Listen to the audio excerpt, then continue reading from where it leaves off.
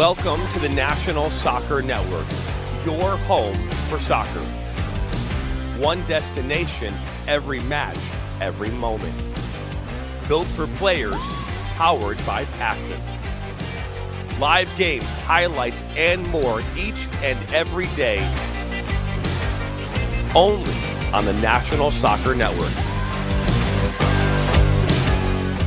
All right, everybody, welcome back into Inside the Game podcast. We are a soccer nation. Have such a deep appreciation for hyper-local, community-based, lower-level soccer. There's going to be millions of fans over here that want to watch and consume as much football as they can. What you are doing is important. And this is all about, like I said, spreading the gospel. It takes a village, right? No, I just really appreciate being on here and you being able to provide this platform for, us and all those people grinding away at the lower leagues, just trying to make great things happen. So I really appreciate you and you guys know what you're doing. And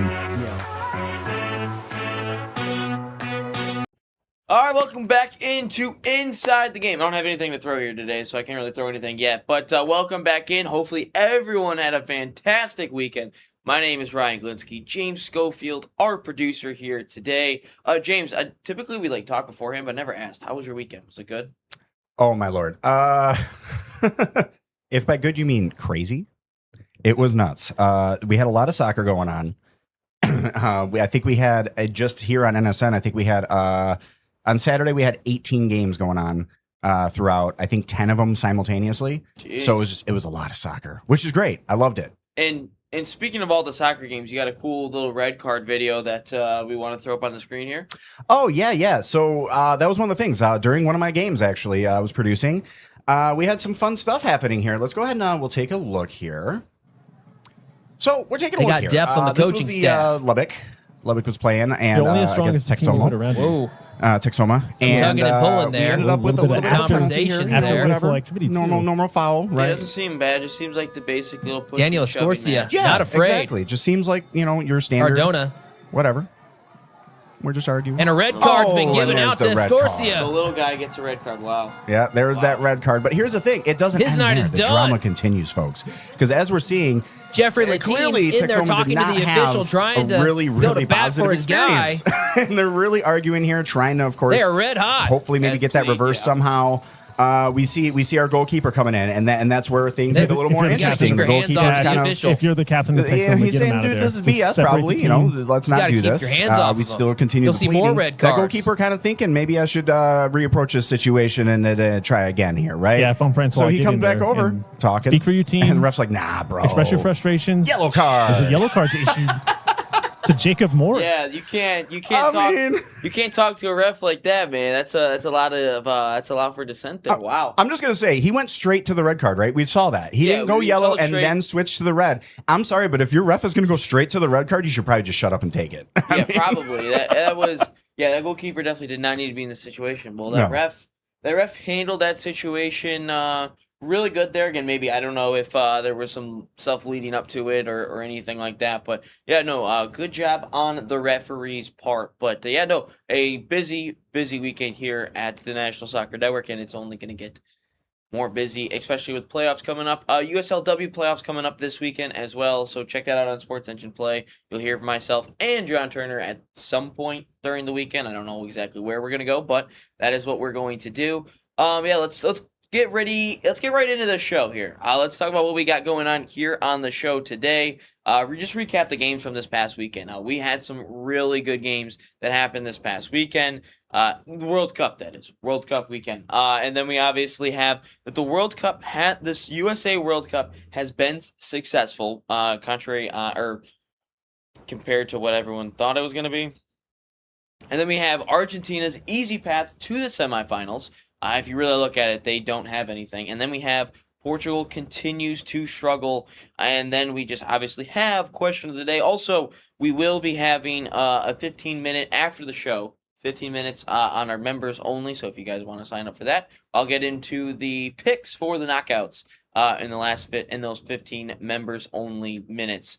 So after the show, you guys can tune back in onto that. But anyway, let's get straight into it. Just a little bit of a World Cup recap. Obviously, we left here on Friday with the group stage still going on. Lots of things still to be decided. And we had some exciting games, some games not so much. But then after Friday, obviously France took care of business against Norway. Nothing really to get into that.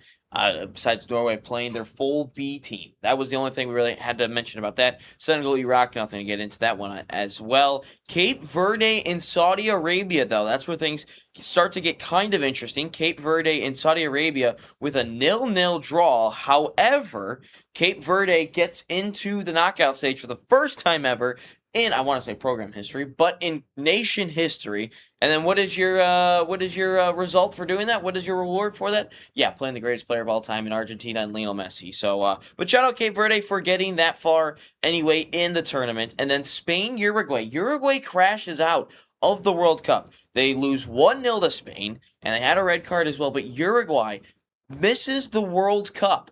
Cape Verde actually finishes second in the group and gets out, but Uruguay, they were not one of the most successful third-place teams. They get knocked out. So a big miss for Uruguay, especially a nation that is so historically good. And you think about it, back in the fall, who beat them 5-1? That's right, the U.S. men's national team beat Uruguay 5-1 on the biggest stage in a friendly. And then Egypt-Iran.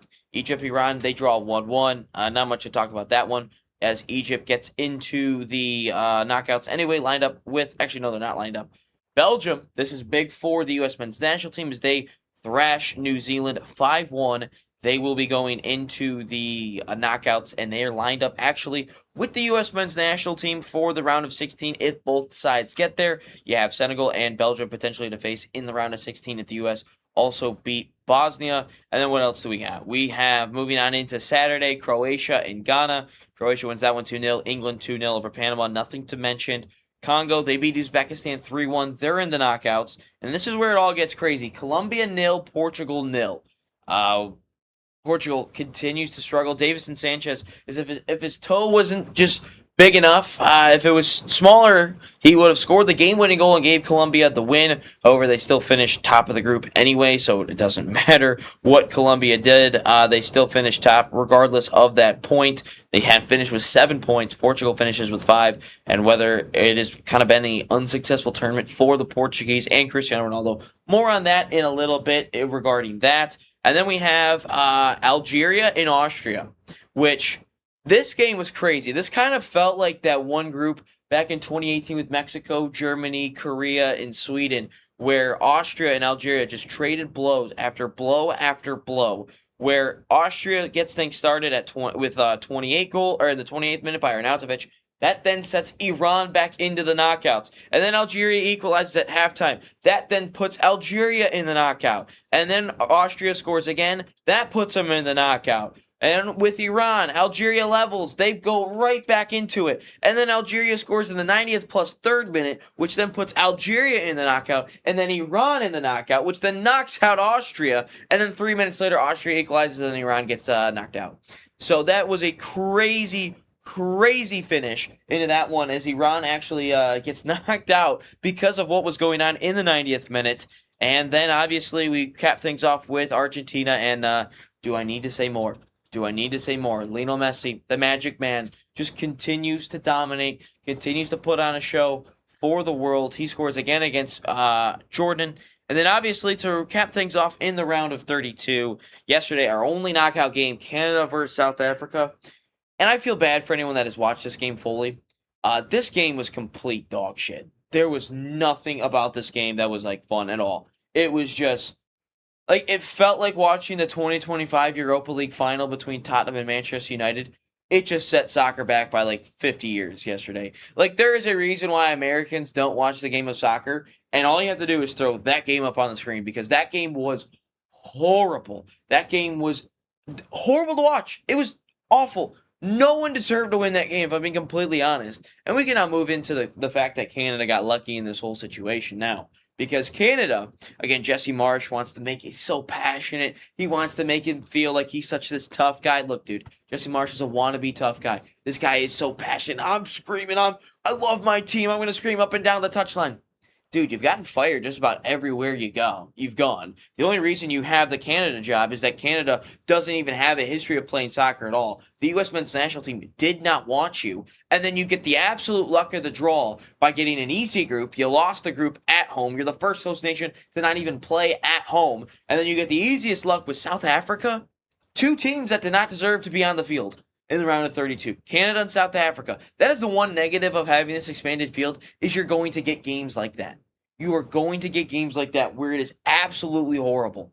And Canada got absolutely lucky that they played a subpar South Africa team yesterday that deserved to actually lose that game too. Both of these teams struggled in the final third tremendously. They were garbage. And then they get a lucky shot that gets cleared to them, and their captain puts it in the back of the net in the 90th plus whatever minute. And then they storm up and down the field like they were so passionate for it. We're Canada. We're so passionate about the sport. You guys don't even care about the sport. So, I mean, why do you guys even care? You guys are playing in California. You guys actually, if you guys decided to win and actually be good at soccer, you guys could have gotten through. You guys could have played at home, able to, play more home games. Instead, Switzerland, I mean, it's kind of the same colors. Hello, 2-2, Frank, by the way. More on the Netherlands, Morocco later. But, now you weren't able to stay at home. And you guys got knocked out. Or got knocked out of your own country, and you had to go play in California. Guess who doesn't have to play out of their own country yet? U.S., Mexico, Canada. And Jesse Marsh sitting in his little press conference. I'm gonna fly out to Monterrey to see the Netherlands play. Bro, the Netherlands are going to kill you. Canada is god awful. And then bonjour to you too, Frank. Hola to you too, Layla. Didn't know you guys were French today and Spanish, so that's cool. But no, the Netherlands is absolutely going to kill Canada. Like, honestly, if I'm being honest, I think I could have gone out there yesterday and beat Canada. They were god awful yesterday. And then you've got Morocco and Netherlands who play today. I think the Netherlands are still going to win. I don't see Morocco winning, by the way. I hate Morocco. But I think the Netherlands, whoever wins that game, is going to absolutely take Canada to the cleaner and, beat them by 3-4-0. Like, that's how bad it is going to be. And then the fact that Alphonso Davies, your best player, finally shows up in the final 15 minutes. Like, I'm just saying, took him that long in this tournament to actually score, to actually play. No hablo. I don't know what that means. It means like no hablo español. Oh, gotcha. Gotcha. Okay. 5-1 Golasso. Yeah, if you guys play Canada, it'll be like that. But I expect them to win tonight against Morocco. By the way, that game is criminal that it's 9:00 at night tonight. Damn, dude. We could have swapped the Germany-Paraguay game for that. But, Brazil-Japan, we'll be doing a watch party for that one later today. I think it's at 1:00 Eastern. I don't remember. These games are just, all colliding together, if I'm being completely honest. I don't know when they happened. But, no, it was a horrible game to watch. And I feel bad for anyone that has watched it. If I'm being honest, it was a horrible game to watch. And then they obviously, someone had to win, right? It was just 2 horrible teams finally able to win. Canada obviously gets their first one of the. By the way, it's Morocco for the English. Got it. By the way, I did want to get to this at some point this week, and I guess we might as well just do it here. The continent of Africa has played really well in this tournament. Africa has made a name for themselves this tournament. The amount of teams that they have in the tournament, or still in the knockouts in this tournament. You've got Algeria, Ghana, Egypt, so that's 3. Is Cape Verde in Africa, or is that somewhere else? Where's Congo? Obviously is in Africa. That's 4. You have the Ivory Coast at 5. Then you have where are they at? Morocco 6, which I keep forgetting is actually in Africa. So 6 is Cape Verde. 9 out of 10 African teams. Cape Verde is in Africa. Yes, it is. Okay, sweet. So. The African nations have made a name for themselves in this tournament. 9 out of the 10 African teams, as Frank mentions, have made the knockouts. That is super impressive. And it feels like the continent of Africa, when it comes to soccer or football, whatever you want to call it, it feels like that continent has kind of been overlooked by the feel and the nature of the last couple of World Cups, at least since I've been watching. I know, like, in history, it feels like they've kind of been overlooked a little bit. Only Tunisia hasn't made it. Well, yeah, they struggled. They struggled tremendously in this tournament. They fired their manager after one game. But they have been very impressive. And I mean, Cape Verde has made a lot of noise, obviously. Congo has made a lot of noise. Shout out that one dude who, I don't know his name, but the guy that like stands like this is like the, stands there the whole game as a statue for, to like remember the president or something of Congo. I don't know the exact backstory, but that dude got a massive advertising deal, I think with like Visa. With like air miles and stuff because he's been traveling everywhere. He got a massive like little endorsement deal. So shout out that guy who just all he did was stand there like this the entire game, which is still impressive to do because I'm not gonna lie. My shoulder would have hurt. Yes, the Netherlands did technically kick out Tunisia. Tunisia did not look that good. Not a visa. What was James? You can search up that Congo. I'm sorry, but really, Frank? I had to trombone him. Gotcha. No, James, search up that Congo guy that got an endorsement deal through like an American company. Like what company? I'm pretty sure it was Visa. Like it was like some air miles thing. Visa, like what is it? Aren't they like a bank company or like a credit card company? Let's see here. Because I saw that he got some big endorsement deal. That Congo guy. Which one is it? It was some air miles thing. Like maybe it was a plane company, but I'm pretty sure it was like. Yeah, I'm still looking it up. It says he was denied actually a visa to enter the United States during the FIFA World Cup. Oh, gotcha. Let's see. Congo guy endorsement deal. He got. Oh, Rexona? I think that's what it was. Yeah, Rexona. There we go. I found it. Yep. Gotcha. But he got an endorsement deal. That's pretty sweet. He's not going to be. Yeah, he was. Hold on. He's also got Techno Mobile and Orange Telecom. Oh, okay. Maybe that's what I saw.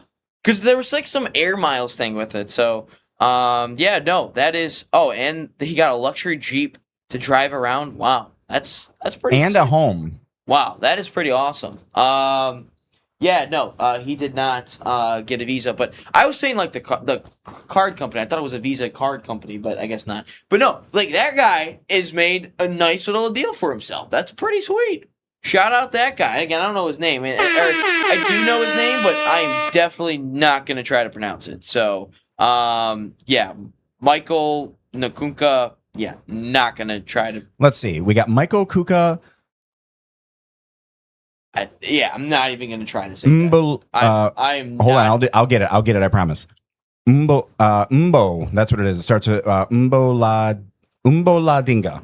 Okay. Mbola Dinga. Yeah, that's. I will not be trying. Close enough. But no, the African nations have been really good in this World Cup. And South Africa probably a little unlucky to actually, not advance yesterday as Canada got through. And again, it was a hard fought game. They had South Africa had chances to win it. Canada obviously had chances as well, and they won it all. But no, that was an ugly game yesterday. But I mean, these nations, they are making some noise for themselves. And if we look at the bracket right now, when it comes to it,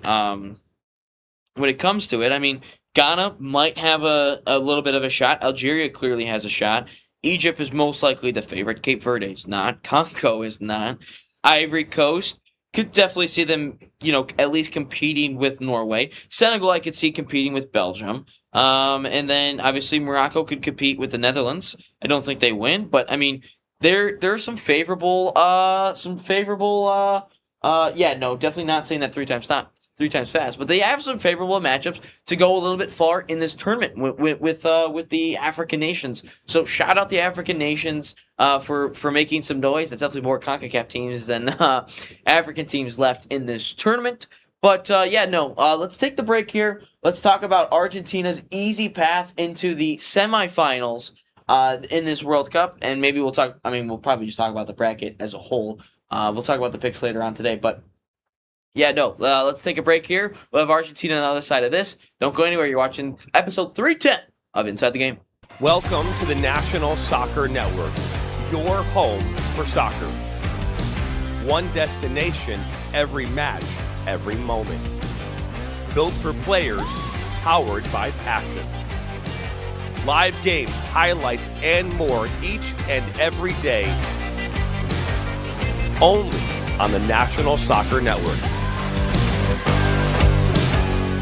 The biggest stage in world soccer is here, and every goal changes everything. And now, FanDuel is giving you a reason to root for every single one. Introducing Every Goal Pays. Bet on a match and get bonus bets for every goal scored in that match. More goals means more bonus bets, and all you have to do is turn on your token. Are the U.S. going to go on a deep run, reach a semifinal, or even a final in a dream world? From the opening whistle to the final kick, let there be goals on FanDuel. Visit FanDuel.com to get started now. 21 and over, select states. For Kansas, in affiliation with Kansas Star Casino. 18 and over in D.C., Kentucky, and Wyoming. Gambling problem? Call 1-800-GAMBLER or 1-800-MY-RESET. In Connecticut, call 1-888-789-7777 or visit ccpg.org/chat. In Maryland, visit mdgamblinghelp.org. In Massachusetts, visit gamblinghelplinema.org or call 1-800-327-5050. In New York, call 1-877-8-HOPE-NY or text HOPE-NY. In Louisiana, call 1-877-770-7867. So the dream behind Irene's was simply to be a place where the community could come and gather.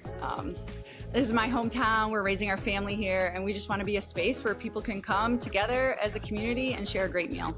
We've got golf simulators, we got pinball, live music, trivia nights, but we also have fresh, always homemade, locally sourced food, and we serve it with a sense of Gemütlichkeit. This is a German word that conveys a sense of warmth and coziness and belonging. We're excited to show off how we're growing and that this is the place to be.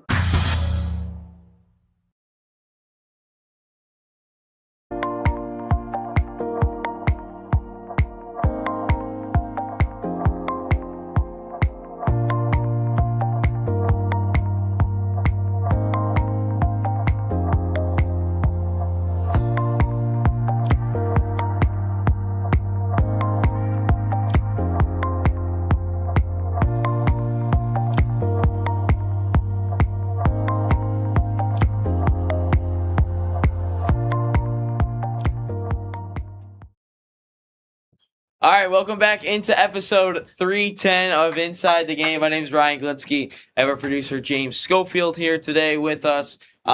Make sure to hit the like button, hit the subscribe button if you haven't already. We're under 200 away from 13,000 subscribers, so that's pretty cool. Obviously, when we started the World Cup, I think we were only I think we were just over 11,000. So got through the group stage, already over 1,500 subscribers to the group stage. So appreciate every single one of you every single time that comes on the show. Did you hear about that big fish that greeted everyone? Welcome. Wow. That is I've never heard that. I get it. But that is a massive dad joke, Frank. Well, I'm not gonna lie, it was a good one. I'm not gonna disagree with that one, but it was definitely a nice little dad joke there. Welcome. Gotcha. All right, that's a good one.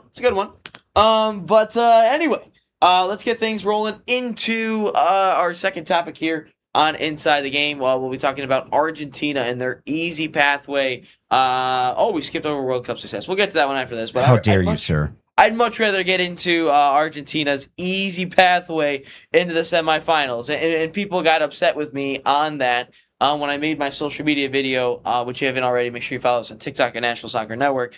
And they got mad at me. Even on Instagram, too. They got mad at me as well. Simply because of the fact that it wasn't a take or anything. I just said it was an easy path for them to get to the semifinals. And they were like, well, what do you think's going to happen? They win the group. I said, that's not a take, guys. I am just saying, that's all it was. That's all I'm saying. I'm sorry. I'm trying to make it through the heat. LOL. Well, we're about to get hit with a massive heat wave as well here in Michigan starting tomorrow. It's supposed to be outside of the 90s. Dave, I was one of the original ones before it was cool. The podcast still isn't that cool, guys. Let's be real. I'm not that cool. But yeah, no, Dave has been. I forgot when Dave started coming onto the. When did Dave start coming onto the show on a regular? And it had to have been back in March. I think it was when Arsenal was kind of making the little run in there with Man City. I think that's exactly what it was. Yeah, shout out Dave for being one of the early ones, I guess. Also, shout out Layla and Frank, who've been coming in here every single day as well. Fabian, if he comes in, Baco, I know, has been here for a while. Benito, he's been in here for a while. Schrock has been in here for a while. But yeah, no, shout out to everyone that comes into the show. Really appreciate you guys for taking time out of your day and your work schedule and routine, whatever it is, just to listen to me yap about soccer. Or football, whatever it is. Hello, Ryan. Don't be so modest. You are awesome, possum. All right, that's another good one. All right, well, appreciate you, Frank. How hot is it in the Netherlands? How hot is it? Because obviously you're gonna say Celsius. So yeah, I won't know what's hot or not when it comes to Celsius. So yeah, no, it's gonna be 90. It's gonna be like 95 on 4th of July. By the way, on Saturday, I'm so hyped. Gonna be on the water, dude. 250th anniversary of the country, and it's gonna be, I think, like 100 degrees outside. So that means the water in the lake is gonna be so warm. The water in the lake was so cold on this past Saturday where it was numbing. Like I could, like after 10 minutes, I could not feel my feet. Like I kid you not. I had to spend like 5 minutes out of the water until I got my feeling back in my feet. It was that cold in the water, which now means it's going to be warm on Saturday and I can stay out there in the water longer than I need to. But anyway. Oh, you're so lucky. This weekend we're going up to Lake Huron. So fortunately, my family, backyard, Lake Huron, literally. That's awesome, actually. Yeah, but here's the only issue with Lake Huron, okay, with a Great Lake swimming. Uh-huh. That 100-degree weather, that lake's probably still going to be like 50, 40. So it becomes, do you die of sweat or do you die of frostbite? It's a good. I remember I put my feet in Lake Superior one time for like 5 minutes, and this was like the middle of August, and it was horrible. It was freezing out there. I had to do that too. I feel like every Michigander, I feel like that's on our by default bucket list is we have to go up to Lake Superior and like touch it. Yeah. No, I have touched technically every single Great Lake by now. Yep. So yeah, no. By the way, for people who don't know what the Great Lakes are, it is the only lakes that you can view visibly through outer space. So. Yeah, no, shout out to the Great Lakes. Anyway, I think they make up like don't they make up like half of the percentage of like fresh water in America or something like that? Isn't there like a crazy stat about the Great Lakes? Yeah, I can't remember the exact percentage, but it's huge. I mean, it's to the point where they thought that like some big giant man literally carved them out. Yeah, because he forgot his mitt one day. All right, enough nerdiness about the Great Lakes here. 75 outside, but inside it's a microwave. Damn, 33 degrees Celsius here in Bosnia. That sounds hot. That would be about 91, 92 degrees. Oh, damn. For so us. that'll be us tomorrow. I think we're like at 86 degrees here today. So, yeah, no, that's going to be us here this entire week, Layla. And then it'll be even hotter next week. I bet James has it hot all the time since his name is Schofield. I don't know. Did you do a soundbite there? I did not. I was. I know it's Schofield, but I don't know. Oh, Scoville. Oh my gosh. Yeah. Okay. So he's going with the Scoville index. Like, so if you're like trying to figure out how hot something is when you're eating and such. Oh, gotcha. Okay. Love it. Yeah, I did not know that. So took a minute for me to get there, but I got there. Gotcha. That's a good one then. Thanks, Frank. Anyway, Argentina. Easy pathway into the semifinals. People got pissed at me for saying this yesterday. But they have a number 67th ranked team to start it off. And then they have two teams outside of the top 25 in the second round, no matter what, if it's Australia or Egypt. And then you have, if they were to get into the quarterfinals, which would then be Colombia most likely, I would assume, but they would have to win 2 games to even get to that. They're the highest ranked team at number 13. Ghana is 73, and then Switzerland is at 19. But yeah, they avoid until the quarterfinals a top 25 team in knockout play, and then they would not have to face off against a top 10 team realistically in England or Brazil, which I do think Brazil is going to lose. Brazil. I'm sorry. What was that? What? What'd you say? I think Brazil is going to lose today. Oh, okay. I just want to make sure you said that clearly. I will get to that here after this, but. Yeah, no, England and Brazil, the two top 10 teams in this group, or in this little kind of pairing here, they do not have to play them until technically the semifinals of the World Cup. And I know Argentina, Colombia, maybe a little bit of CONMEBOL rivalry going on there in South America, but I still expect Argentina to win that game against Colombia. But you look at the first two games that they have to play. They do not actually have to play anyone tough. I know you still have to win you still have to get the results, whatever it is. Dutch fan walk, by the way, will get 40 to 50,000 attendees. Yeah, I expect that 100%. By the way, that's like my favorite World Cup tradition that I've seen so far. And that's not just me saying that, Frank, because you are Dutch. But I'm just saying, like, that is one of the coolest things that they do, that little dance or whatever. And they kind of, like, congregate and they walk and then they do the dances. They congregate. They have all the smoke. They've got all the cutouts of the faces, the flags, whatever it is. I think it's really cool what they do there. That's one of my favorite ones, if not my favorite one so far. Which, by the way, speaking of Argentina, I don't know if anyone saw this past weekend. I thought it was hilarious. But after the game, after Jordan, they were doing like they're all crazy, chanting, whatever it was. And some dude lost his wallet. And some dude found it, opened it up, saw the license. And all of a sudden, they just started chanting the guy's name because they found the wallet. Eventually, with all that chanting, it got the guy who lost the wallet, it brought him to it, and he was able to get his wallet. So shout out the Argentinian fans for that. That's actually pretty cool. But no, Argentina, an easy pathway really for this whole thing. They are not going to play anyone tough.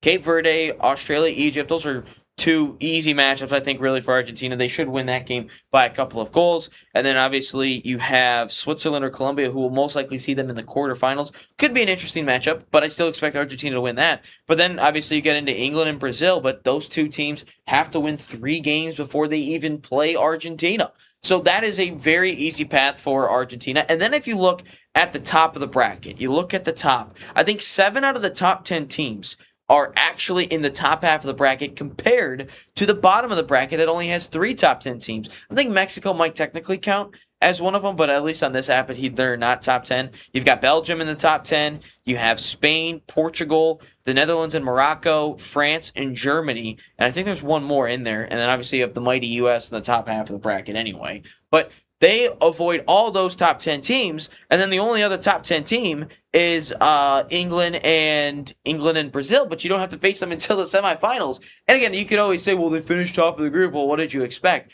I didn't expect that easy of a path, to be completely honest with you. I expected them to have at least some competition in the round of 16 or maybe even the quarterfinals, but they don't even really have any competition up until the semifinals, if we're being completely honest. So win the group. You did your job anyway, and that's completely fine. The USA did their job. They didn't have to play any of the starters. They're fully healthy, no suspensions heading into the round of 32. Completely fine with it, even though they lost. But you did your job, but it shouldn't be that easy. Every team, it looks like, has an easy competition in the first weekend, I guess you could say. Sorry, I'm still stuck on March Madness vibes. The first weekend, the round of 32, Sweet 16, whatever it is, feels like the first weekend. But no, that's a little rough for me personally. I thought they would have had a little bit of a tougher time.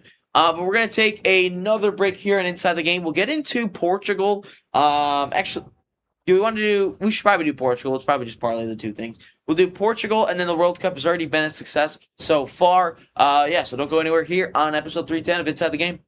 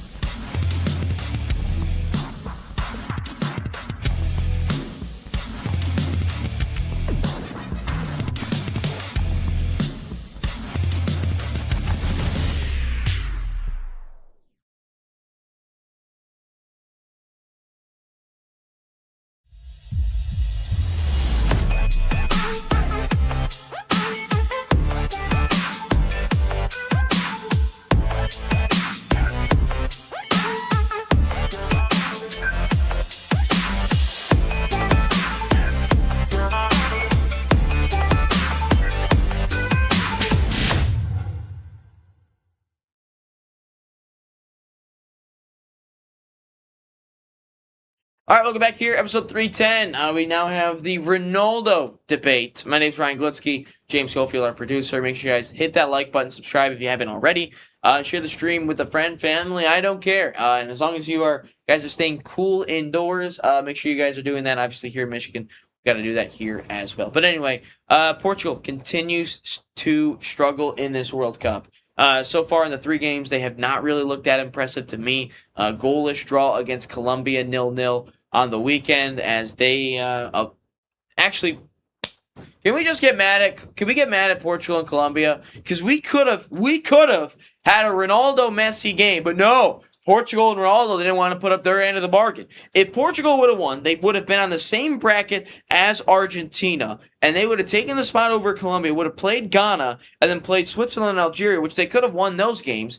And then guess what happened? We would have probably seen Messi versus Ronaldo in the World Cup in the quarterfinals. But no, we got robbed of that because Portugal and Ronaldo could not get their end of the bargain up. Argentina and Messi, they clearly did it. Portugal, you were given Congo, Uzbekistan, and Colombia. You should have won that group, but guess what? You didn't do it because you could not get the job done. So screw you, Portugal, and screw you, Ronaldo, because every soccer football fan is only wanting to see this one time in their lives. Is see Ronaldo versus Portugal in the World Cup. Or they wanted to see Ronaldo versus Messi in the World Cup, in the knockouts, or something, and we were robbed of it. So screw you, Portugal, and screw you, Cristiano Ronaldo, for not getting that done and letting every football/soccer fan see the fantasy that was see those 2 guys play in the World Cup. So, yeah, thanks. Thanks, guys. Thanks. But anyway, moving on here to Ronaldo and Portugal. They just struggled, man. I think the worst thing that could have happened to Portugal was the fact that Cristiano Ronaldo scored 2 goals. I think against Uzbekistan. I think that was the worst thing that could have happened. Why? Because it makes it feel like Cristiano Ronaldo is back. So what does that mean? Everyone's still going to force the ball into Cristiano Ronaldo. And you saw in the first 2 matchups, Congo, and then obviously in Colombia, Ronaldo couldn't do anything. He just kind of stands there amongst the back 4 there, the back 5, whatever the shape is, and he doesn't really move off the ball. And Portugal, offensively, they don't do anything. Like, their midfielder, they're so good. Vitinha, João Neves, Bruno Fernandes, those 3 haven't done anything really at all. I know Neves scored a goal, but those 3 have not done anything at all. There's no movement. And then when you look at the attacking side of things, when they are attacking, no one's really forward at all. Like, there's no movement. No one's occupying the space amongst the 2 center backs of the opposing team. So what do those 2 center backs have to do? They just kind of just stand in their spot, see if someone comes up. They typically don't. And it's just 2v1 basically with the 2 center backs and then Cristiano Ronaldo. So Ronaldo can't do anything, period. But Ronaldo scoring those goals and then saying, we're back, he's back, that hurt them because now they have to force the ball into him. And we have seen when Portugal does not force the ball into Ronaldo, they play a little bit better. And they've been forcing the ball to Ronaldo this entire tournament so far. The only goals he scored against Uzbekistan, I could have scored against Uzbekistan. No disrespect to Uzbekistan. But I'm just saying that I probably could have scored against Uzbekistan. That's not a great sign if you're Portugal. But they continue to struggle. Ronaldo continues to struggle. And I could see them flaming out in this round of 32 or the round of 16. And you look at their path, you look at Portugal's path, them finishing second hurts them a little bit because they have Croatia in the first round. Croatia is not a bad side. They still have some ballers. And they always Croatia the last couple of World Cups has kind of been secretly kind of good. They made the World Cup final in 2018. They made it to the quarterfinals in 2022. Lost in a PK shootout. So, they've made a little bit noise in previous World Cups. And if they could, again, it's kind of the same squad for the most part. Could they make a little bit of noise here again this year and beat Portugal? And then they're lined up with a Spain or an Austria. Wouldn't be surprised if Croatia could get through into the quarters. I would not be surprised by that at all. So for Portugal, they have found themselves in a really tough spot. Would you rather play Ghana in the first round and then maybe Switzerland or Algeria? Or would you rather play Croatia and then maybe Spain or Austria? I think everyone would say the first option with Ghana and maybe Switzerland and Algeria. But Portugal continues to struggle in this tournament. They continue to struggle with Cristiano Ronaldo. Okay, if this was 2018 and if this was really they struggled in 2014 too. They didn't get out of the group with the USA in it. But if this was 2018 Ronaldo, 2014 Ronaldo, I would understand why you forced the ball into Cristiano Ronaldo. However, this is 2026. Ronaldo is not the same guy. You cannot rely on him for those one-on-one superstar moments. You just can't. Not anymore, at least. You've got good players. You've got Neves. You've got Vitinha. You've got Bruno Fernandes. You've got other options in Bernardo Silva. You have options. You have quality players. Back in 14 and 18, you didn't necessarily have that. And Ronaldo had to be the focal point of this team. Guess what? He is not that guy anymore. You have good players, and you're just forcing the ball to Ronaldo and forcing him to do all the big things when you don't really necessarily need to do that.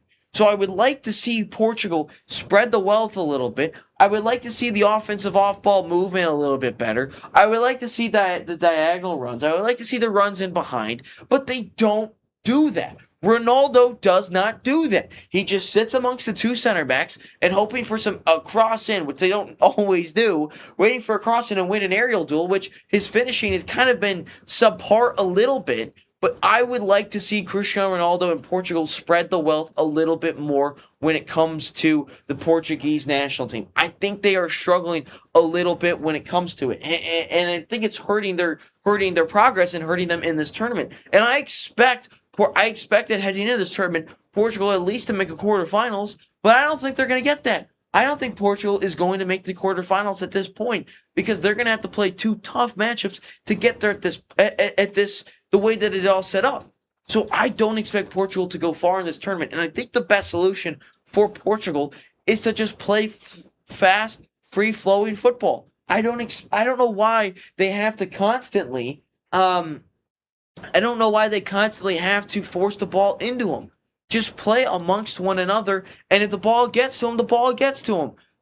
Play your options as well. You have world-class players all over the place, yet you don't utilize them. You force it to Ronaldo. Like Argentina forces it to Ronaldo, or Argentina forces it to Messi, but that works. That works out for them. That doesn't hurt Argentina. Why? Because Messi continues to produce. Just saying. But that's gonna wrap up the Portugal conversation. Get your thoughts in there if you have any already, but drop those thoughts in there. We'll get into the World Cup being a success so far. But just want to mention real quick, if you haven't hit the like button, hit the like button. Subscribe if you haven't already. We will be having a members only here on Monday, Wednesdays, and Fridays. Shortly after the show, about 15-20 minutes. Whatever it is, will be right here on YouTube, but just a little members only for exclusive stuff. But that's what we'll be doing after the show here today. Do not go anywhere. We'll head over to the break. And then we'll have USA being a successful World Cup so far here in episode 310 of Inside the Game. Great game footage starts with VIO. Now a pass deep and up front. With NSN, we can transfer your VIO footage into a professional broadcast. Elevate your VIO experience today. Call 248-525-2083. Opportunity and a shot and a goal! The National Soccer Network, your home for soccer.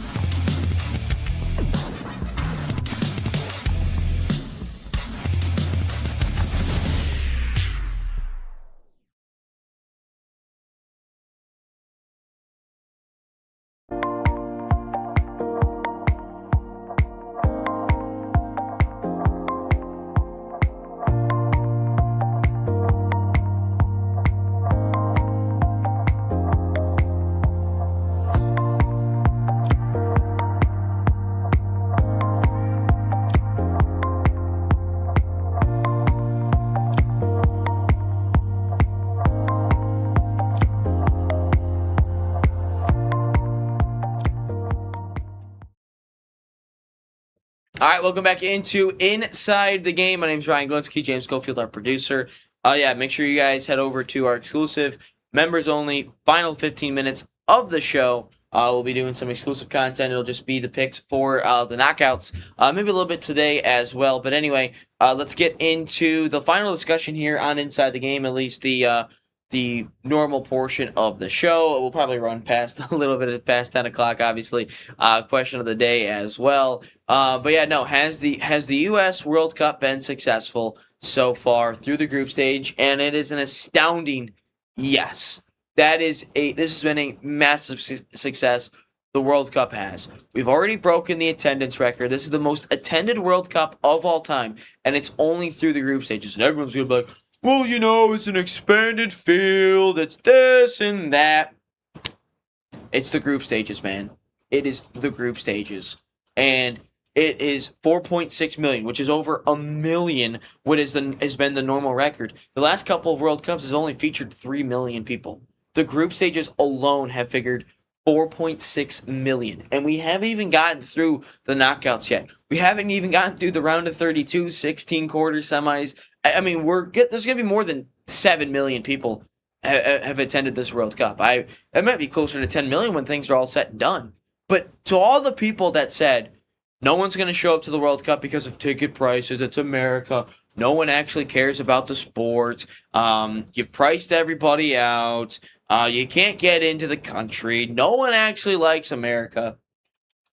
I think 4.6 million people would probably disagree with that statement. And then you'll actually look what has transpired on the field. Oh, that's another thing. Well, the expanded field, you're going to get more blowouts.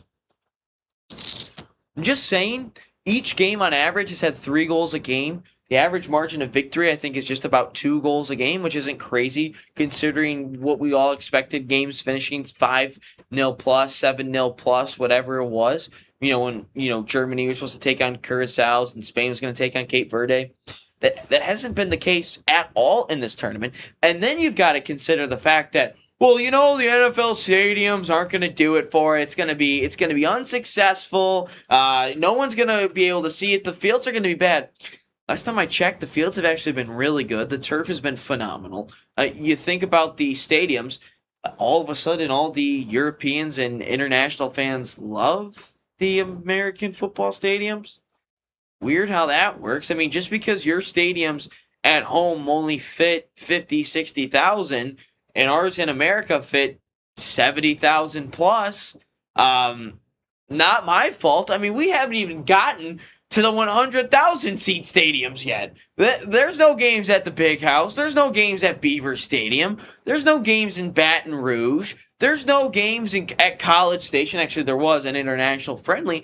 But we haven't even gotten to the 100,000 seat stadiums yet.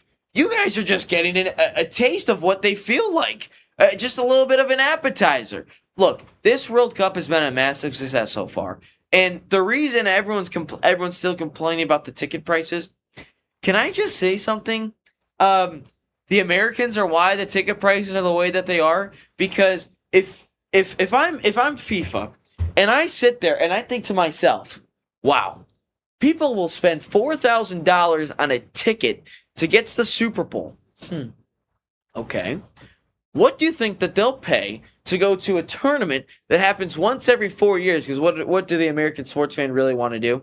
Post on Instagram, Facebook, and TikTok that they were at these sporting events. So yeah, they're going to want to flex that. Then you think to yourself, well, the cheapest Detroit Lions ticket for a home game was $500 plus. For a regular season game, was $500 plus. Okay, we could probably charge that. So, they looked at the American sport consumer and was like, damn, they spend crazy amounts of money on games that aren't like the World Cup as it is anyway. I mean, look at college football games. Michigan, Texas, 2 years ago, the average ticket price was $2,000. Michigan was making probably over $200,000, probably more than that, probably close to $500,000 on tickets for just one game. One game they made almost $500,000, probably. If you look back on the average was 2,000. So I mean, probably like 2 rows up was probably way more. I mean, Michigan football wasn't even good that year, and they were spending that much money. But I just sit there and I think, well, the reason tickets are so much are simply because of the American sporting event experience nowadays. You go to an NBA Game 7, that's minimum $2,000 a ticket. Whether you're sitting in the nosebleeds or you're sitting at the lower bowl, you think of a Michigan, you think of college football games, that's a minimum $500. The only cheap, affordable ticket option are MLB games, and that is simply because they happen every single day. There's a minimum of 81 home games for a team. So yeah, those ticket prices are going to be relatively cheap. But that is simply where you draw the line because those are the cheapest games. NHL tickets are expensive as it is. I went to a Michigan basketball game 3 times this year, and the only reason I was able to get cheap tickets were A, I was gifted the tickets for free. 2, I bought them well in advance before Michigan basketball were actually good. And then the other one was, bad voice crack there, the other one was the fact that the other team wasn't good yet, and then all of a sudden they became good, and I'm like, damn, it's a top 5 matchup, so that's why it was so good. But you sit there and think, the Americans, the regular fan, and everyone's correct. I mean, the regular fan has been priced out forever, but I really think that the regular person the middle class has been priced out, I mean, to anything. I mean, look at Disney, for crying out loud. How expensive it is to go to that place. Oh, look at concerts. Concerts are crazy, I mean, too. even just looking at when you go to buy a ticket here, it'll be like already like $50-$60 for nosebleeds, which is no big deal. But then even after all the fees, you're looking at like $150-$200 for a nosebleed. And I bought Bruno Mars tickets, about 2 of them, back in December or January. And I'm kind of smart with how I buy things. I'm not gonna lie. Like, I'm kind of smart with how I snipe things sometimes. Like, man, I found these tickets for under $200, but the tickets surrounding me were $500 plus. I don't know how in the world they were like, yeah, let's just throw a random $200 right there. And the seats were great. Was it only one ticket? No, it was 2. $200. Ooh, even 2. Like I was about to say, like 1 I could get, but $200 a piece for 2 tickets. Like, okay. It made no sense. I mean, the seats weren't like the greatest in the world, but they weren't horrible. I mean, it was lower bowl, but the regular person has been priced out of tickets forever. Or for at least the last 10 years or so. So this is nothing new, and everyone's gonna be like, well, the rich are the only ones that be able to get this. Can I just say something? Like, there was someone in the comment section yesterday that was like, actually, I kind of want to read a couple of comments from that video. And someone was like, the regular person has been priced out of this for the rich. I mean, I don't think it is necessarily a bad take. I think that was actually on my comment that I made on your shirt. But what I want to say is, yeah, this comes from Stand Ablaze 1991. He says, they literally priced out us regular people. We waited years for an opportunity to attend World Cup games just for them to screw us over. And I'm like, I'm not going to disagree that the regular person has been priced out because he's right. But I responded with, I have friends who are regular people, and they've already attended a handful of World Cup games. So, I mean, I can't agree or disagree with that because they've obviously been priced out, but the regular person has still made an effort to go to these games. Why? Because it's a once-in-a-lifetime opportunity, and you have it in your own backyard. It was announced in 2018 that it would take place in the U.S. You had 8 years to save up to attend at least one game. He's not wrong. Let's see. I live. Okay, I'm not gonna get into this personal, but let's see here. Should we be celebrating? Actually, still the worst. You are so wrong about everything. Well, appreciate it, Myra.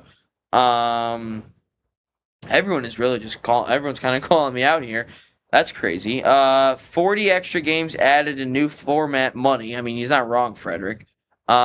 Geez. Okay, we're not gonna get still the worst World Cup in history.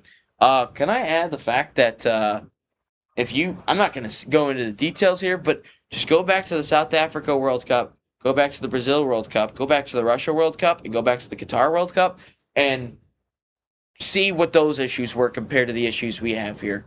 The issues for this World Cup are simply ticket prices. Go back to those and how the stadiums were built and the working conditions and what happened to those people and how much those hurt the country's economies. Please go back to that. Go back to that and you will figure out that this is nowhere near as bad as what we're saying it is, not even in the same stratosphere as what happened in the last 4 World Cups. I'm just saying those issues are way bigger than what is. Guess what? The infrastructure has already been built here. You haven't had what has happened in Qatar happen in the United States. I'm just saying, let's relax and say it's the worst World Cup of all time. Please sit back, relax. It's a good World Cup. And the last thing that I want to mention here is is the fact that everyone was like, no one's going to include anything about this, and that, whatever it is. Everyone has come over here and has loved the country. So many international people, whether that's people from Japan or Germany or England, have come over here and was like, man, this place is pretty sweet. And like, it's right. I mean, this game brings so many people together, and the best part is that these cultures are coming together too. Like, I literally saw Korea and Mexico, 1-goal game. Mexico beats Korea, yet those two groups of people are partying together. Look, it's the world's game. It brings unity. It brings everyone together. And this World Cup has brought that here. In a time where it feels like everyone has just been so separated due to, news and social media, that, you bring all these people together and they're like, man, we're completely wrong about this place. This place is pretty sweet. Mexico, Canada, and the U.S. It's a pretty cool place. So I think this World Cup has been a massive success. We're only halfway there. Shout out JBJ. But we are only halfway through this World Cup. And I think that is going to only get bigger and bigger. We're going to get more people to show up. We're going to get more people to attend this World Cup. More people are going to love being here. And I think this World Cup is just going to get better and better. And this is going to go down as one of the best World Cups in history of the World Cup. So please, it's a solid World Cup. Let's take this question of the day here, James. Tell me, what is question of the day?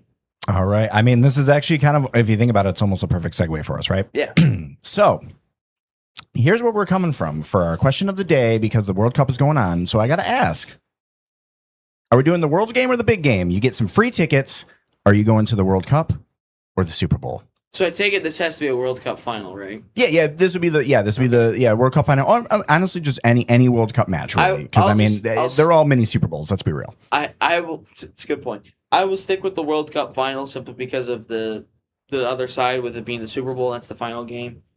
I'm taking the World Cup final over the Super Bowl, unless somehow the Detroit Lions make it to a Super Bowl, which we all funny, know, Ryan. We all know that's not happening. Ryan making ever. jokes today. That is happening never when it comes to things. Yeah.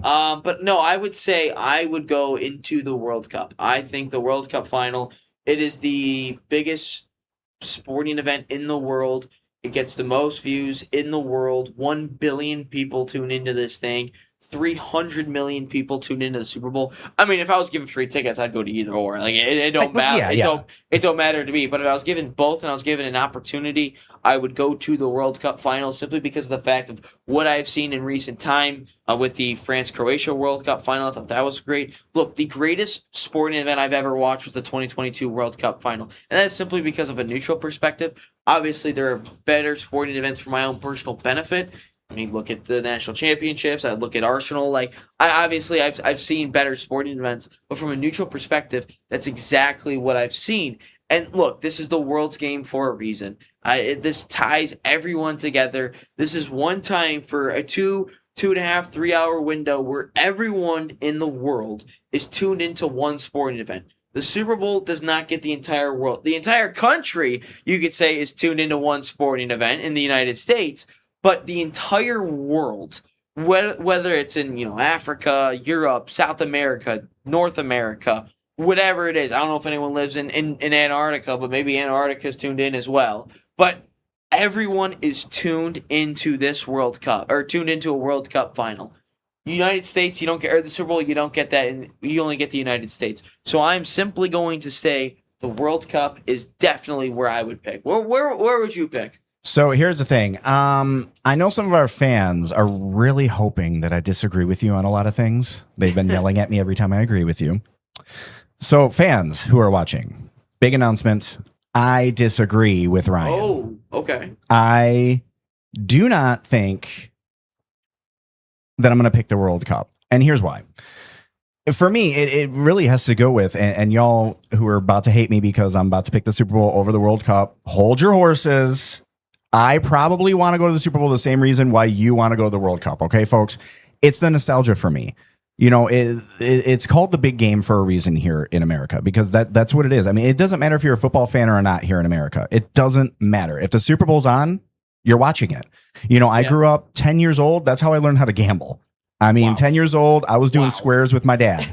on the Super Bowl. Wow. I still to this day, and mind you, this is 29 years of doing squares now. I still to this day don't fully understand how squares work. I would, but I would say for the most part, I think that's a valid take. yeah. So that's my thing. I mean, it's really all about that nostalgia. You know, it's the same thing for us here in Detroit. The Thanksgiving Day game, you know, between the Lions and whatever team they're going to lose to that day. Yes, that's true. I mean, that's the tradition. You know, so that's a thing. I mean, the World Cup is, yes, it's the world's game. So it's the world's tradition. But you know what? The Super Bowl, I mean, that's America's tradition. And that's fine. I love it. And if I'm getting the tickets, I'm doing the Super Bowl all day. Okay. Well, I mean, it's a valid take. I'd go to either one, to be completely honest with you. I would say for me personally, the nostalgia for the World Cup is a little bit bigger than the Super Bowl, probably because of the fact that like the Lions are never in the Super Bowl and they've always kind of been garbage. Hey, hold on. They made it, what year was it that? They made it to the NFC Championship game. No. They made it straight to the Super Bowl. They were wearing blue and yellow jerseys though. Shoot. They've won a handful of championships in the 50s, but no, man, they made it. What was his name? Oh yeah, that's right. The quarterback from the Lions went to the Super Bowl, so it's fine. We went to the Super Bowl. Goff has been in the Super Bowl. Stafford's been in the Super Bowl. Yet the Lions have yet to get into the Super Bowl yet. But yeah, hopefully one day we can see the Lions in the Super Bowl. But I would absolutely go to the World Cup over the Super Bowl. But anyway, that's going to wrap up 310 here on the National Soccer Network. If you want to stay locked in, we do have our members only starting up here, and we'll have it for 15 more minutes. We'll just go over the picks for the knockouts and the games here today. So if you want to get over to that, you guys are more than welcome to do that. But that's going to wrap up this portion of Inside the Game. So come back in here tomorrow for 9 a.m. We'll be straight back into all the World Cup games that have happened, maybe a little bit more on the U.S. tomorrow as well as they get geared up for that Bosnian match. But anyway, it's going to wrap up 310 here in Inside the Game. We'll have the members only right after this, so don't go anywhere. You're watching Inside the Game. All right, everybody, welcome back into Inside the Game podcast. We are a soccer nation. Have such a deep appreciation for hyper-local, community-based, lower-level soccer. There's going to be millions of fans over here that want to watch and consume as much football as they can. What you are doing is important. And this is all about, like I said, spreading the gospel. It takes a village, right? No, I just really appreciate being on here and you being able to provide this platform for, you know, us and all those people grinding away at the lower leagues, just trying to make great things happen. So I really appreciate you, and you guys know what you're doing, and you know.